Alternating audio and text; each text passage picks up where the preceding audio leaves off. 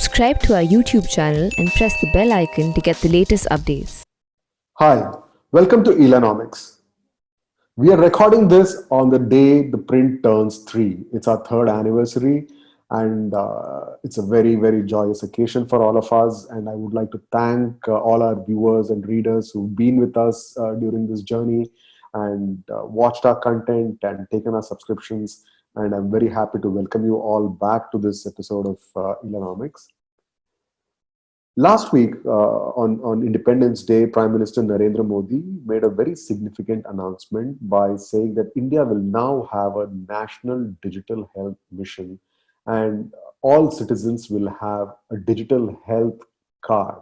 What exactly is this digital health mission and what is the difference it can make to India's healthcare system? And it's important that we talk about India's healthcare system at this point of time because we are in the middle of this COVID pandemic, and we all know how it has hurt not just our health and our livelihoods, but also the larger economy. And so, an economist is very well placed to discuss the difference the National Digital Health Mission can do to the country.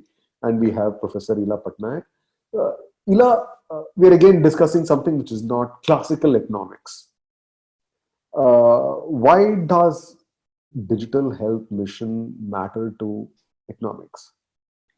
Well, first of all, health is very, very important for the economy, as I think we've never seen before. We're seeing that now. We're seeing the importance of a health shock to the economy, and it is perhaps one of the biggest shocks we've ever got. Both a supply side shock, a demand side shock. The importance of the digital health mission or any digital patient records and health data is that it helps us understand and control a disease. It helps us reduce expenditure on health, whether it's public expenditure or private expenditure. So let's just start with the concept of protecting or servicing a consumer or a patient who goes to a hospital. I mean, ideally, you would expect that the way when I go to a bank, my accounts are mine. Whatever I've put in, whatever are my credits, whatever are my debits, who I pay, whether I pay by check, whether I do a transfer, that is all my data. And the bank keeps it for me. Currently, there are systems where I can download the PDF or my statement and transfer it to somebody else. Now, you also have a health account, actually, I mean, in reality, though it is not present digitally, but, many of us have pieces of paper, various prescriptions, various test reports that we carry around in plastic bags from doctor to doctor and hospital to hospital. Ideally, if all those records could be in a system, not only would I be able to have access to my health account, I would be able to give that to any doctor, to give that to any hospital, so that they know what my health status is when I go in there. When I, let's say, go in with, when I'm tested positive for COVID, because this is really important these days, that somebody tested for COVID is COVID positive. If that person has comorbidities, then perhaps she needs a lot more attention than somebody who doesn't, or at least has to be monitored in a particular way. The system may want to hospitalize such people, but wouldn't it be very important for the doctor to know what are the comorbidities of this person who has tested positive? Today, the situation is that we don't have these records in one place. So the most important fallout of this is the customer or the patient who pays for getting a test done, very often. So while 1/4 of the health system in India is public, about 3/4 of it is private. And expenses on that private system are actually borne by patients themselves. They're called out-of-pocket expenses. Despite spending this money for getting tests done, for the prescriptions that one has received, one actually doesn't have that record in one place. So that's one aspect of it, that the patient doesn't have records. An equally important aspect is that the government doesn't have data. We don't have an idea of the morbidities in the system. What percentage of the population has diabetes, hypertension, suffers from malaria, suffers from dengue. Today, we talk about COVID, and COVID data is being collected. But for so many other illnesses, normally when a virus hits, we keep getting viral infections every time the weather changes, or many other infections where there is no good data. So to get data for the population so that the government can respond to the health system is equally important. So these are the two very important reasons why digitally, keeping patient records digitally can help improve health and reduce expenditure. One of the things, just to look at why this has been so, Ela, would you blame it on the fact that our healthcare system is so disorganized and fragmented, because we have government sector, we have private sector, then we also have states. It's all distributed among states. So how do you bring all of this together? It's a very, very challenging task, because our system is, as I said, about 3/4 of it is private. So even if you were to think that you would get the government, state level, district level, local level, and central government level in one place, then also there would be difficulties, because it's not just the government health system. There is a very large private health system, which is actually to a very large extent quite unregulated. So while there is a Clinical Establishments Act, there are many difficulties with it. While doctors are supposed to be on a register, but there is no live register. So there are a lot of challenges in regulation of the health system, and the fact that it is fragmented makes something like this a huge challenge. You will not just have to get government hospitals keep records. You will also have to get private hospitals to keep records. The role of the government here, and that's the authority that's been announced, will set standards. That these are the kind of standards, these are the privacy issues, these are the safety issues, because how do you keep that data? How do you keep it safe? How do you keep it private so that nobody else has access to my health data? All that has to be done by regulation. And it's going to be a huge challenge, of course. Does it in a sense remind you of our experience with starting a PAN card system, permanent account number system across the country, where all of us got PAN cards? Then the Aadhaar exercise, although those were probably lesser in terms of the effort put in, because you didn't have to give too much information. It was basic information, but to give your health information, and we always, you've written that how fragmented our pieces of paper are. How would you compare it with the PAN experience and the Aadhaar experience? Let me compare it with the TIN, the Tax Information Network, when NSDL was asked to set up a TIN system. We used to have the TDS certificates, tax deduction at source, which would be given by somebody you provided a service to, who made a payment to you. Very often that information would not actually go into the government system, many times to the tax system.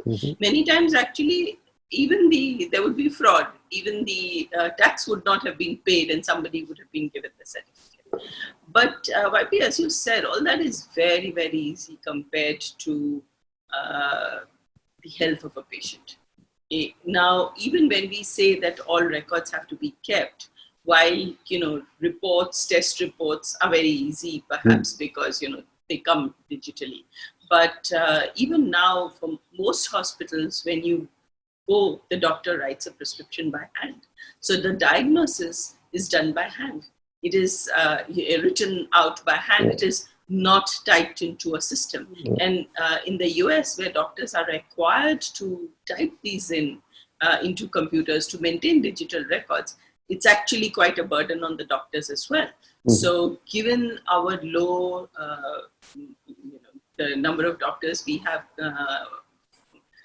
given the huge burden of a large population on every hospital, particularly district hospitals, small hospitals, it's going to be a very, very big challenge to get doctors to spend time also to prepare these digital records. But I think it's not just a challenge, it's a challenge that needs to be met, because today we are in a situation where we are many, many times spending double, getting a test done. You go from one hospital to the other hospital says, I don't accept this X-ray report, go and get another X-ray done. It's a very common thing that happens. I mean, even when you are in a same city, you go from one hospital to the other, you go from a private hospital to a public hospital, and your test reports are not accepted. So it takes more time, it takes more money, both patient resources as well as government resources get duplicated. And this is a very inefficient system in that sense. And also it, leaves the patient sometimes, if you have an accident and you're not carrying all your slips of paper, then you could walk into a hospital with actually no information that you are able to provide. So it's a very important challenge. It's something that needs to be done, but I think we really need to recognize that there will be a lot of challenges in trying to put this in place. Yeah, I mean, that reminds me about how every time you go to consult someone, they take the patient's medical history. So every time you consult a doctor, and if the doctor is not the same person, they all end up asking you for your medical history again and again. So yeah, that's a point about the need for history in one place. But there is the big elephant in the room, Ila, and that's data privacy and protection. And that is something, again, you have dealt with in detail in your column, Ilanomics, which will be on the description of the video. That is a worry, right? It's indeed a big worry. Now, let me draw a parallel with financial data. All of us keep getting calls to buy a credit card, to take a loan, and these are because the data has been leaked. The data has not been kept private as it should have been. The data has been given to somebody who actually does not have the authority to have access to that data. And a lot of mis-selling happens because of these, where mis-selling would even be when, let's say, you're selling a life insurance policy to a child, where it's actually not the right thing for the child. Similarly, in health also, there are medicines which, it may not suit you, you don't need them, but a lot of mis-selling can happen because somebody sees, oh, you're diabetic, and tries to sell you 5 medicines and 5 days to get healthy in 7 days. And, there can be a lot of mis-selling, there can be fraud, there can be cheating. Apart from the fact that, I don't want everybody to have access to my data, but I just think that in this system, it becomes critical because people are not very well educated, not aware of, not taking or falling for these kinds of frauds. So even from the simple standpoint of consumer protection, you would want to keep this data private. And the current regime, the current legal framework is not strong enough. I mean, that's why we see these difficulties in financial data that we face all the time. So keeping that data private, ensuring data privacy is something that the government is promising. that it is something that is a concern. It's not going to ignore that concern, and that will be addressed. So you think the Indian state has the capacity to manage this in terms of data protection? We have the capacity, we need the frameworks. Is that what you're saying? Well, I think we have both problems of the framework, having the legal framework, and we have issues with enforcement. That even if the framework is there, will we be able to enforce those laws? And yet, despite that, I would say this is something that we need. Mm-hmm. This is, people are migrating now. This is a time when there's a very large rural to urban migration, urban to urban, from one place to another. And you need to take your medical history with you. And you're not going to be able to take those pieces of paper anywhere nobody looks at a piece of paper that comes from another hospital. So you really need to be able to move with your medical history, move with your own data. And as the country urbanizes, as migration increases, these will become even more important. So while I completely agree with you that there are challenges, that the Indian state not only lacks a legal framework which can be put in place, which is in the process of being put in place, but it also lacks the enforcement capacity in case there are leaks, in case there are data safety issues. Yet I would say we do need to address those challenges because it is so important to do this. So India needs a national digital health record system, but we also need a legal framework and an enforcement capacity to be able to maintain data protection and the privacy of health records of all of us. That is Professor Ila Patnaik's summary and analysis of the National Digital Health Mission. Thank you for watching this episode of Ilanomics. And I'd like to thank all our viewers and readers who've been following us for the last 3 years, who have taken subscriptions. And if you have not done so, this is the time to do it. Thank you very much. We will be back next week with another episode of Ilanomics. Thanks for watching.